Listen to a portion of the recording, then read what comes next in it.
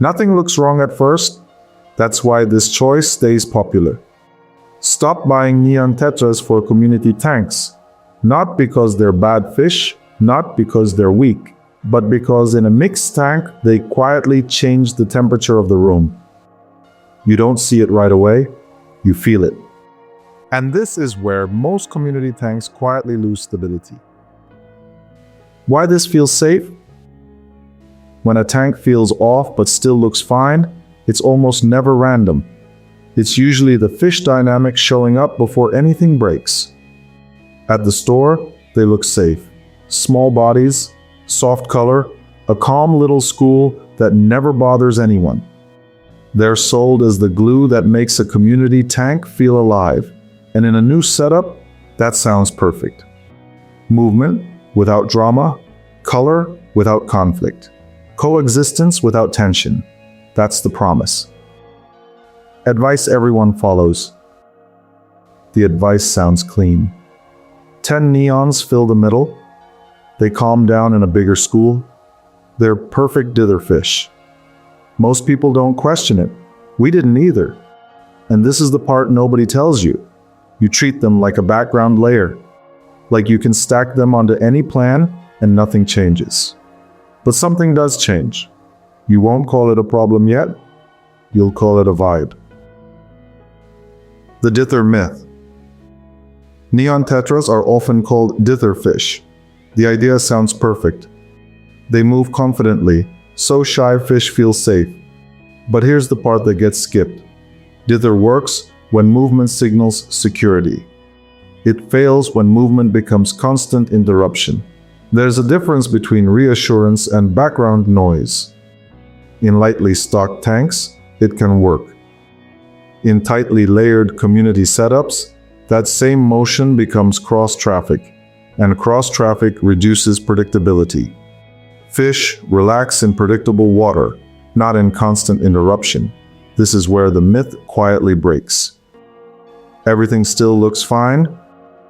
You add the neons, you add more because they need a group.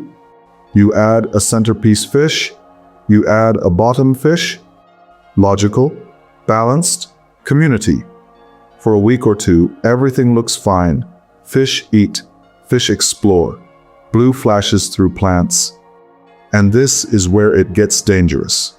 Because nothing is wrong enough to fix, and nothing is loud enough to respect. Activity isn't calm. At night, the tank looks incredible. Room lights down, tank lights on. The school becomes proof of life. Sometimes it's just proof of motion, but activity isn't calm. Sometimes it's vigilance that never shuts off. This is the most dangerous stage. Here's the shift that separates experienced keepers. A fish can be peaceful and still create stress, not by attacking, by shaping the rhythm. Peace isn't the absence of fighting. Peace is the presence of stillness. Fish that feel safe stop negotiating the room. Neon tetras never stop negotiating. The pacing problem. They're not aggressive. They're just always moving, passing through, rewriting territory lines. In a species tank, that motion blends. In a mixed tank, it becomes pressure. The tank never fully settles. It's subtle, but constant. What experienced keepers notice. This is what experience notices first. Experienced keepers don't look at color first. They look at posture. Is the gourami holding higher than usual? Are the cories spreading sooner? Is a mid-water fish avoiding open space? It can look like personality, but it's usually positioning. There are micro-adjustments. And micro-adjustments are how tanks signal stress long before anything crashes. This is where most community tanks quietly cross the line, not because something attacked, because something never settled. The quiet fish change first. You don't see it in the neons, you see it in everyone else. The gourami start hovering higher. Cories break formation. The shy fish stops using the center. No torn fins, no chasing, just a tank that feels tighter. If this sounds familiar, you're not alone. This is how community tanks drift. They don't explode, they slide. Stress hides in plain sight. Clear water hides tension. Stable temperature hides pressure. Peaceful hides mismatch. A tank can look peaceful and still feel like rush hour. And here's the silent question. If you turn the lights off right now, would the tank feel calmer or emptier? That's the difference. Biology doesn't care. Neon tetras evolved for motion. In the wild, motion is survival. In glass walls, motion becomes pacing, and pacing changes behavior. Stress rarely looks dramatic, it looks like personality. That one is shy. They're adjusting. We've all said that. Biology doesn't argue with you. It just keeps score quietly, and it never forgets. Chronic stress reduces margin. Margin is what absorbs mistakes. A healthy tank can handle small swings. A tense tank feels every bump. Not because the fish are fragile, because the buffer is thinner. It's like driving on a wide highway versus driving on a narrow shoulder. Same speed, very different tolerance for error. That's why the crash feels sudden, but the vulnerability was building quietly. Why it breaks later. When something small goes wrong, the tense tank tips first. A missed routine, a feeding shift, a minor swing. The crash feels random. It only feels sudden when you weren't watching the margins. It isn't. It's delayed. Aquariums rarely explode, they accumulate.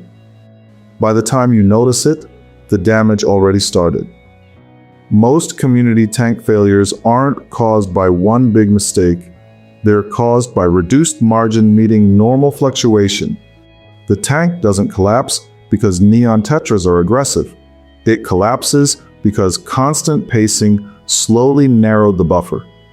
And when the buffer disappears, small things feel big. That's the difference between stable and just functioning. Functioning looks calm. Stable actually is. It wasn't your fault. You notice it in the quiet fish, not the neons. One stops coming out, one loses color, one breathes harder, and because the neons still look fine, you blame water. You blame disease, you blame yourself. Let's stop that loop. If it didn't fail immediately, it wasn't your fault.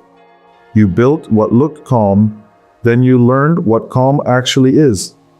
If you're still watching, this is where it turns. Because this isn't about removing neon tetras. It's about understanding rhythm before you build the next tank. Better paths forward. If this is helping you see your tank differently, hit like, so this pattern stays with you next time you plan a setup. Relief looks like options. In a community tank, you are not collecting peaceful fish. You are building a rhythm. Calm is engineered, not assumed. Some fish create calm by staying in one layer. Some by moving slowly. Some by leaving space untouched. That's why certain schooling fish feel easier. They glide, they pause, they hold formation. Not traffic, current. And if you love neon tetras, build around them. Let their tempo define the room. Or choose schooling fish that move without rewriting every zone. A tank can look calm on paper, but paper doesn't swim. Stillness is a feature.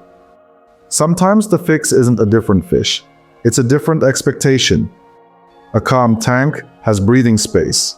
Stillness is not emptiness, it's stability. Neon tetras make tanks look alive. In the wrong mix, they make tanks feel restless. Nothing here failed fast. That's why it felt like you did everything right. That's why we talk about what breaks later. If you want to keep building tanks that stay calm long term, subscribe. That's what this channel is about. Until next time, keep your tanks balanced, your glass spotless, and your curiosity flowing.